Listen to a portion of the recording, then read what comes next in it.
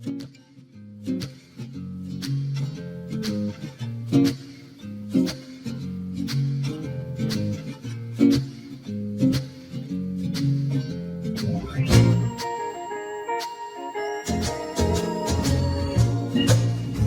in the water, wade in the water, children, wade in the water. God's gonna trouble the water. Who's that yonder dressed in red? Wade in the water. Must be the children of Israel. God's gonna trouble the water. Wade in the water.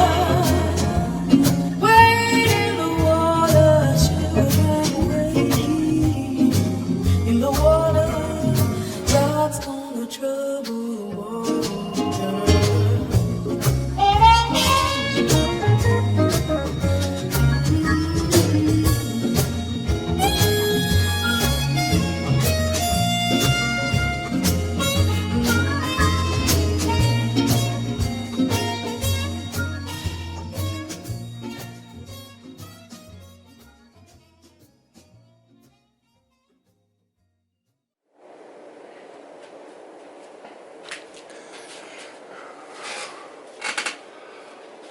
Well,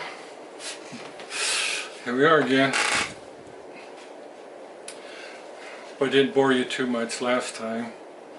If you put up with my pauses and my slurs, there's a lot that you learn from that. And that is, when I was in high school, I had a speech impediment. I actually went to a speech therapist. And if I don't pay attention, I mean, that was 60 years ago. If I don't pay attention, I will go right back to those slurs. So if it happens, it happens. I moved the camera back a little bit so that you could enjoy my shirt, my favorite shirt, so you know that about me. And oh yeah, I changed how I'm going to do this. Not every image you see is a photo that I took or video, as you can tell. They're just going to be in the intro. Everything in the intro is my stuff over the years.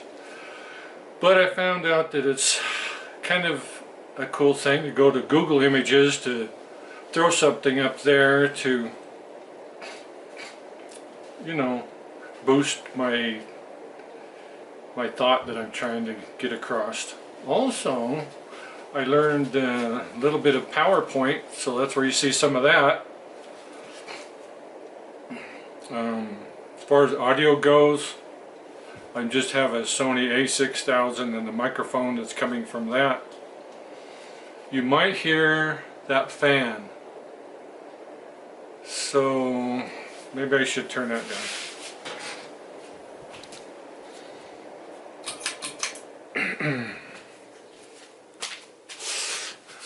It's actually springtime here, April 2nd. Feels kind of California-ish. Not too hot, not too cold. All the fruit trees are starting to bud. Just a good time to be out and about. Our next project is Diana's greenhouse, so I'm gonna hurt myself a little bit on that because I need to pour a cement slab first.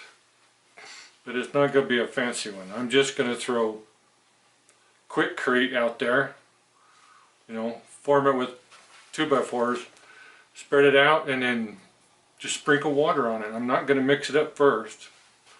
And I found out if you could just sprinkle it, just mist the top, get kind of a crust on it, wait about 30 minutes or so, and then start sprinkling it, and do that every 15 minutes. That literally soaks down in there and makes a slab. So that's kind of our next project. left off talking about Genesis and creation and how the Bible wasn't a science book, but it was a book on theological messaging. And I'd like to throw some stuff at you that I learned probably just last year. I would say I was into it 3 or 4 years ago, but I didn't really put it together till just recently. And you're going to see that the Bible is really it's called a polemic. You know what a polemic is? A polemic, let's see, I wrote down the actual definition. A polemic is an aggressive attack on or refutation of the opinions or principles of another. So you see that going on in politics all the time. But the Bible is a polemic against these other creation stories. These are stories that these Israelites had in their heads, because when God told Moses to write Genesis, that was after they had come out of Egypt. They'd been in Egypt slaves 400 years, right? So they have an Egyptian frame of mind. Well, before the Egyptians were the Babylonians, before the Babylonians were the Mesopotamians, that's where the Sumerian civilization came from. And if you talk to a lot of anthropologists, they'll say that that was the first civilization, as far back as they can go, like 3000 BC. But anyways, Mesopotamian creation, they found a lot of Sumerian iconography, but they didn't know how to cipher it for, I think it was in the mid-70s, when they found a tablet of Babylonian next to a tablet of Sumerian, so they knew Babylonian, so they figured out how to cipher it. So they come up with the Mesopotamian creation, and they believed that everything was made up of earth, wind, fire, and water. Those were the basic elements. That's what they taught. That was their science. And they believed that there were two groups of gods. There were the ones that interacted with people, and there were the ones that were before them. The older gods had sex and created the younger gods. Alright, so,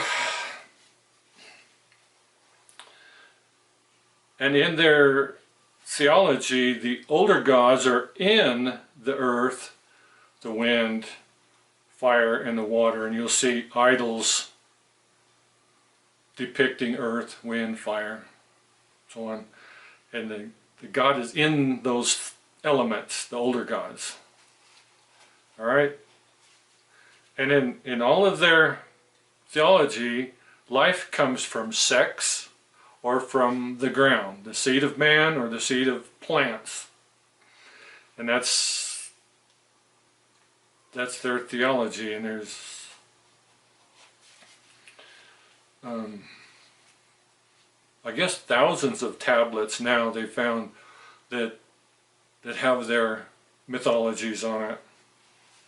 So if life comes from the ground or from sex, man's seed or plant seed, life is sustained by blood, water, and air. Now follow me on this because it's going to make sense.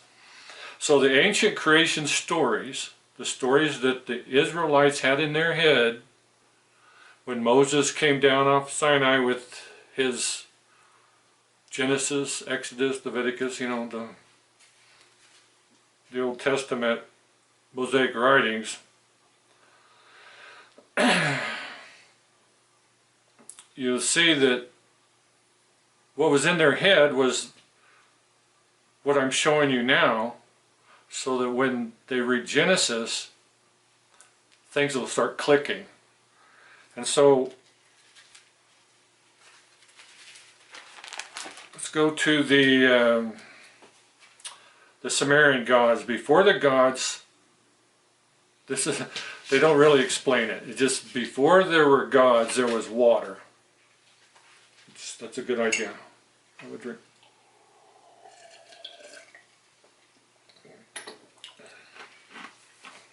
And here, female water and male water. All right, that's what they believed. Then the female water and the male water had sex and produced earth, wind, fire, and water. And that produced An, which they call heaven, and Ki, which they call earth. That's their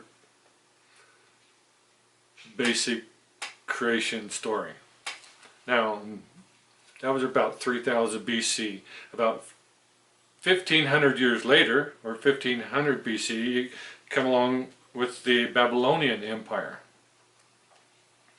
And they have, their god is the Apsu, or the Tiamat. Now remember that god's name, Tiamat. So Tiamat was a female sea beast which represented chaos. Okay, that's Tiamat, the sea beast or chaos. Now Enki, which became, his other name is Marduk, kills Tiamat, splits her body into heaven and earth. Now everything is good. He fixed chaos. He split her in two pieces, heaven and earth. Okay, that's the Babylonian creation. I think what's interesting is when we read Genesis, it talks about God's Spirit hovering over the deep. Now Hebrew and Akkadian, which is Babylonian, are very close languages, and the Hebrew word for the deep is Tehom, which is also in Akkadian Tiamat.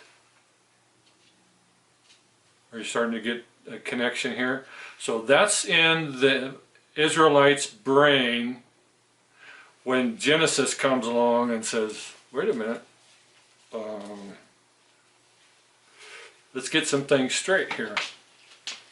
Okay, now there was a discovery in the 1929 era. It's a Ugarit city, it's in Syria, and they found some more tablets with in the Ugarit language, which is also close to Hebrew.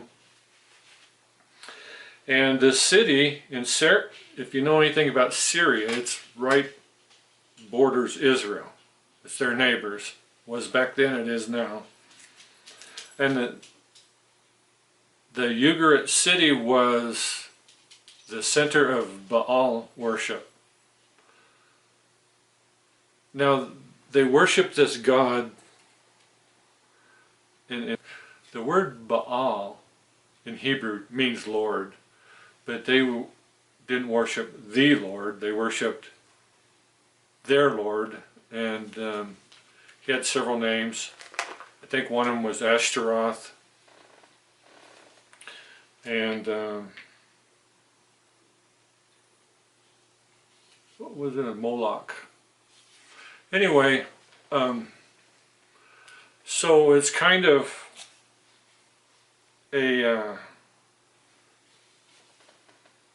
it's a versus, Yahweh versus Baal, when you read Genesis. See, Baal killed the seven-headed monster. The sea monster was a seven-headed dragon. And you know, you hear about dragon in the Old Testament. Is there a correlation there? You hear about the seven-headed dragon, the seven-headed monster, the seven-headed beast that came up out of the sea. Well, in the Babylonian worship, that's Baal killed the seven-headed monster. Well, in the Hebrew theology, no, Yahweh did that. And it's also interesting that they find out that Baal used his tongue to create. Well, in Genesis, God spoke things into existence. So that's what I'm talking about when I'm talking about theological messaging. That's what the Bible is. It's not a science book. It's messaging to these Israelites. Hey, that stuff that you believed before, no. It's Yahweh did that. But I think it's interesting to note that before he revealed his name as Yahweh, the Bible refers to him as El, E-L. You see El Shaddai, Eliano. Anyway, so you get El versus Baal, and if you read the Baal cycle, there's phrases in there that Moses uses in Genesis and Exodus. So that's also messaging to them. Say, hey, you know this phrase because you know the Baal cycle. That's God that did that. That's Yahweh that did that. That's El that did that, not Baal. So now you kind of get an idea why there's some weird things. There's stuff I still don't understand, but I think it has to do with that. It's messaging those people. No, don't. That's not the guy. Yahweh's the guy. You shall worship him alone. You will have no other gods before him. Okay, get it? No idol worship. No other gods are before him. Yahweh is the Most High. Once you get that in your head, that's the messaging that you read in the Old Testament. Now in the introduction, you'll see that I quoted Psalm 74. Let me read it again. It says, "Yet God my King is from old, working salvation in the midst of the earth. You divided the sea. By your might you broke the heads of the sea monsters on the waters. You crushed the heads of the Leviathan. You gave him as food to the creatures of the wilderness. You split open springs and brooks. You dried up ever-flowing storehouses. Yours is the day. Yours is the night. You have established the heaven, the heavenly lights, and the sun. You fixed all the boundaries of the earth. You have made summer and winter." You see, these Israelites, they had attributed that to these other gods. No, there's one God that did all that. That's why he goes through that. So who created order from chaos? Yahweh, God my King did.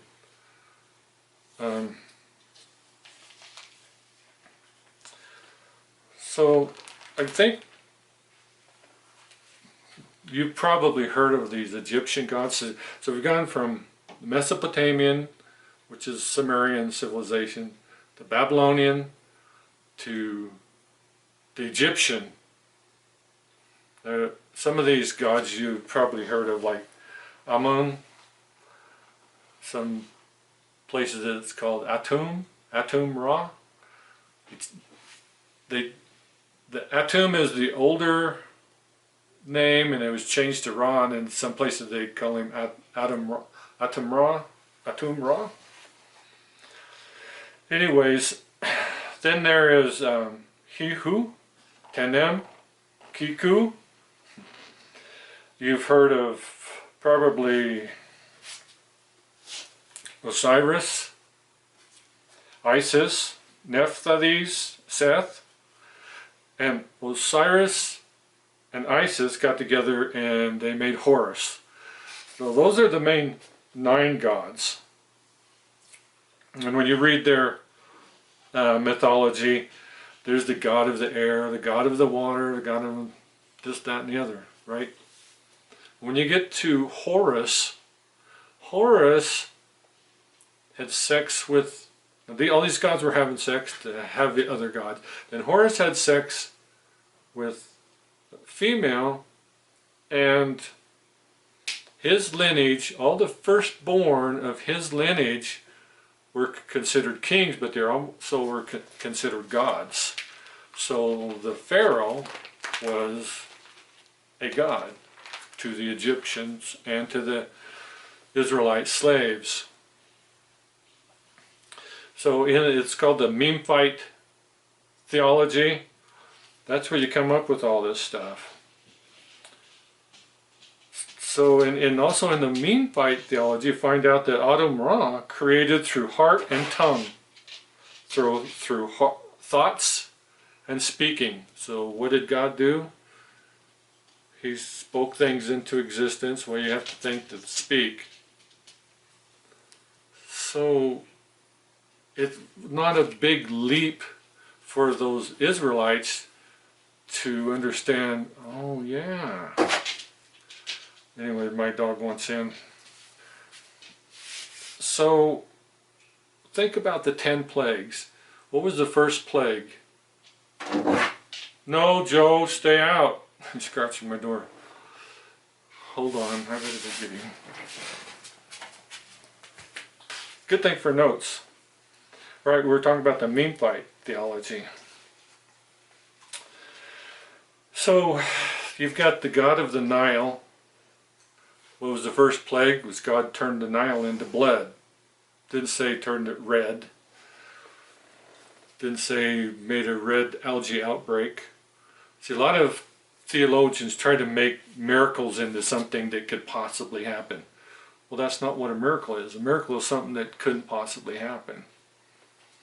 So you've got the god of the flies, the god of the frogs, all these different gods. God disrespected them by bringing a plague, and they had no control over it. I'm sure that they were praying to their frog gods when they were inundated with frogs or with flies and all these different things, but it didn't matter. Yahweh is the God over everything. So he was, it's another theological messaging, he was slapping the face of these false or lesser gods. Okay, are you getting the picture now? And what was the last thing he did? Remember, Pharaoh is a god. So his firstborn son is a god. Okay, so my camera died.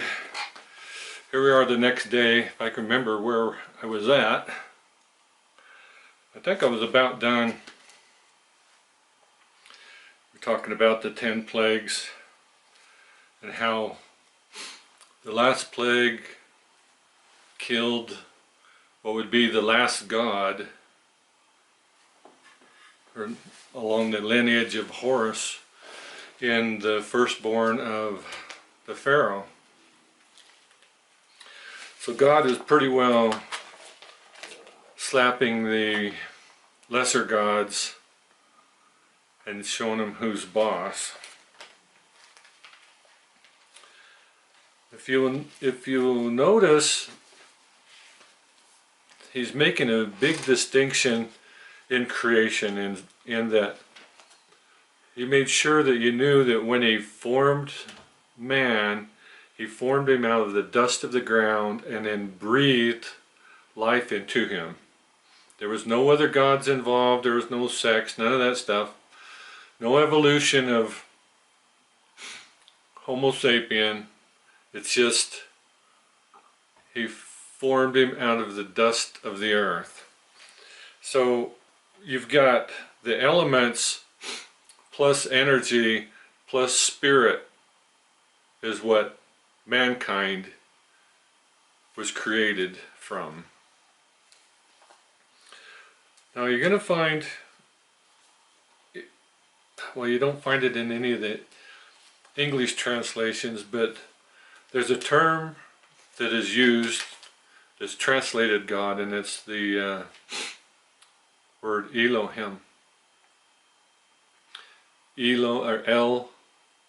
Some places it will translate it as El God.